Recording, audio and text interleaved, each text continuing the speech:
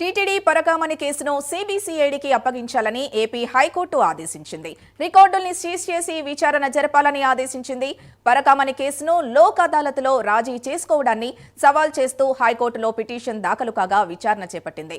Parakamani case విచారణ బాధ్యతను సీఐడీకి అప్పచెప్పిన high court 3 రోజుల్లోగా నోటీసులు జారీ చేయాలని ఆదేశించింది. పరకామణి కేసును ప్రైమ్9 న్యూస్ వెలుగులోకి తీసుకురాగా నాటి టీటీడీ అధికారుల బాగోతం బయటపడుతుందనే భయంతో ప్రైమ్9 ప్రతినిధులపై పోలీసులు తప్పుడు కేసులు పెట్టారు. తాజాగా ఈ కేసును సీఐడీకి అప్పగించడంతో వాస్తవాలు వెలుగులోకి రానున్నాయి.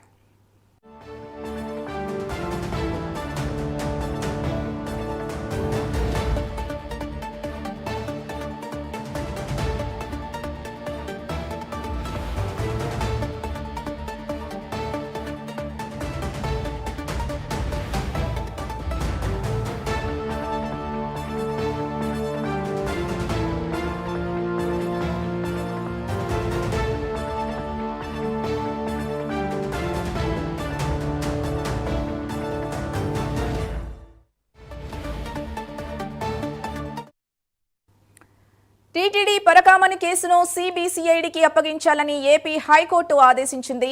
రికార్డుల్ని సీజ్ చేసి విచారణ జరపాలని ఆదేశించింది. పరకామణి కేసును లోక్ అదాలత్లో రాజీ చేసుకోవడాన్ని సవాల్ చేస్తూ హైకోర్టులో పిటిషన్ దాఖలు కాగా విచారణ చేపట్టింది.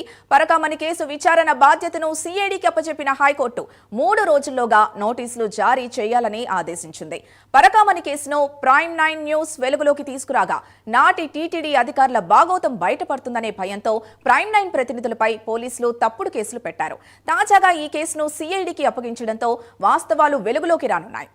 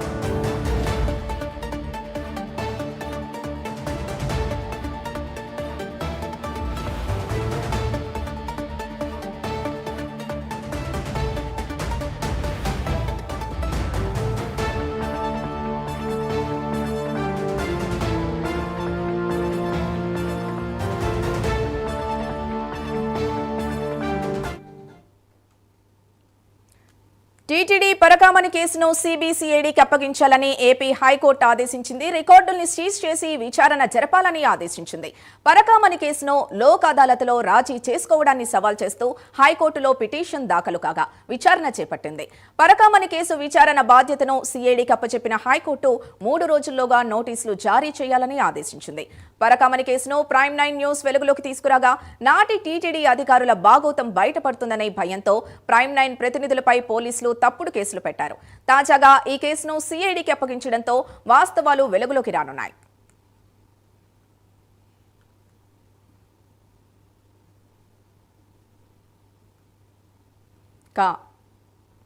ఇదే అంశానికి సంబంధించి పూర్తి డీటెయిల్స్ ఎడిటర్ రాజు అందిస్తారు. రాజు చెప్పండి, ఇప్పుడు సీఐడీకి పరకామణి కేసు వెళ్లిన నేపథ్యంలో ఇప్పుడు ఎలాంటి అంశాలు బయటకు వచ్చే అవకాశం ఉంది? రైట్ సింధు, మొత్తానికి తిరుమల తిరుపతికి సంబంధించినటువంటి పరకామణి కేసు 2023లో ఈ కేసు జరిగింది. 2023లో అక్కడ పనిచేస్తూ ఉన్నటువంటి రవికుమార్ అనేటటువంటి ఒక వ్యక్తి పరకామణిలో భారీ ఎత్తున డబ్బులను కాజేసి స్వామివారికి ఇచ్చినటువంటి ముడుపులు ఏవైతే వాటన్నింటి కూడా కాజేసి భారీ ఎత్తున ఆస్తులను కూడా పెట్టుకున్నాడు. అయితే ఆయన దొంగతనం చేస్తున్నటువంటి విషయాన్ని గుర్తించి అప్పట్లో విజిలెన్స్ అధికారులు కూడా ఆయన్ని పట్టుకోవడం జరిగింది రెడ్ హ్యాండెడ్గా. ఆ తర్వాత ఆయన మీద విచారణ చేస్తే భారీ ఎత్తున ఆస్తున్నట్టు కూడా బయటపడినటువంటి పరిస్థితి. అయితే ఆ ఆస్తులకు సంబంధించి కొంత టీటీడీకి సంబంధించినటువంటి తిరుమల తిరుపతి దేవస్థానానికి మరికొంత ఆస్తులు మాత్రము అప్పట్లో ఉన్నటువంటి అధికారులకి కొంతమంది రాజకీయ నాయకులకు దౌర్జన్యంగా రాయించుకున్నటువంటి సిచ్యువేషన్ ఉంది. మరి దీనికి సంబంధించి అప్పట్లోనే ప్రైమ్9 న్యూస్ అనేక రకాలైనటువంటి వాస్తవాలను వెలుగులోకి తీసుకొచ్చింది. అసలు పరకామణిలో ఇంత పెద్ద స్కామ్ జరిగింది అనేటువంటి విషయాన్ని ప్రైమ్9 న్యూస్ వెలుగులోకి తీసుకొచ్చింది. సో వెలుగులోకి తీసుకొచ్చినటువంటి సందర్భంలో అప్పట్లో నా మీద అలాగే ప్రైమ్9 న్యూస్కి సంబంధించినటువంటి మరో 3 ప్రతినిధులు మొత్తం 4 మీద పోలీసులు తప్పుడు కేసులు పెట్టారు. అప్పట్లో ఉన్నటువంటి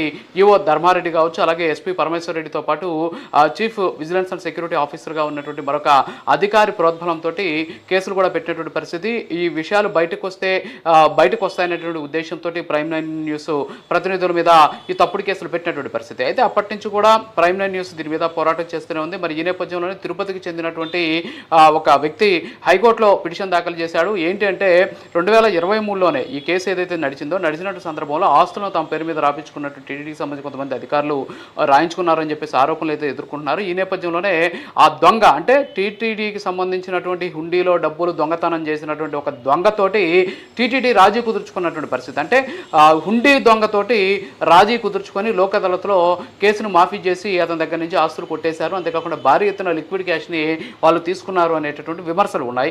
దీన్నే ప్రైమ్ 9 న్యూస్ అప్పట్లో వెలుగులో తీసుకొచ్చిన క్రమంలోనే మన మీద అప్పట్లో కేసులు కూడా పెట్టినటువంటి పరిస్థితి ప్రైమ్ 9 న్యూస్ ప్రతినిధుల మీద.